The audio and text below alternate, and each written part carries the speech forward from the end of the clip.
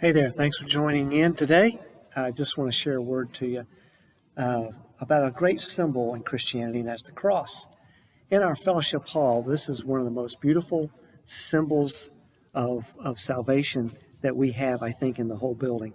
And it's in the inside. The people outside don't get to see it, unfortunately, unless they come in. Some of you may know some of the history of this cross. Several years ago, these doors, some of the doors in our building had these square panels with all the color glass, and we decided to change those. And when we did, we wanted to save those, and what could we do with it? And somebody had the idea, let's make it into a cross. And so two great men in our church, Don Kress, John Tuttle, were asked to build it. So John, I think, did primarily the woodwork, and I think Don did the electrical primarily. They put it together, has LED string of lights in it. It's done wonderfully ever since. But if you stand in this room, especially if the lights are out or just down to one light, it's very beautiful. And it reminds me of so many things. You know, some people criticize nowadays the idea that we make the cross too pretty.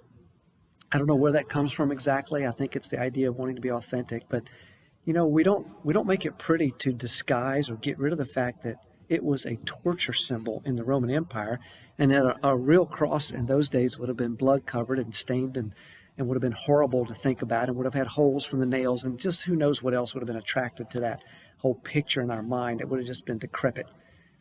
But with all that horror, we know that symbolizes what Christ did for us.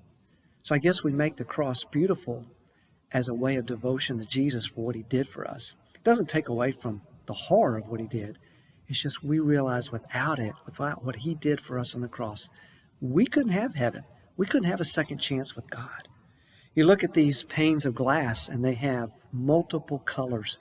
It also kind of reminds me, I don't know about you, but kind of reminds me of when Noah had obeyed God, built the ark, went through the flood, the times of all the rains, and when the rains receded and they got out of the ark, and God made the rainbow. And it was a promise to Noah and to all of us humans that he'd never flood the whole earth again and destroy it in that manner. The beautiful colors of the rainbow, a promise from God. And we've got all those colors represented up here in this cross. And it also represents one other thing. Remember the old song, red and yellow, black and white? They are precious in his sight. It's about all the different colors of skin we have as humans in this world. And Jesus loves every single person, no matter what color. And then I guess the last symbol for me is just the fact that it's brilliant light. And we know Jesus is the light of the world. So anyway, next time you're by here, come look at the cross and just say a little prayer of thanks for what Jesus has done for you. God bless. Have a happy new year, and we hope to see you soon.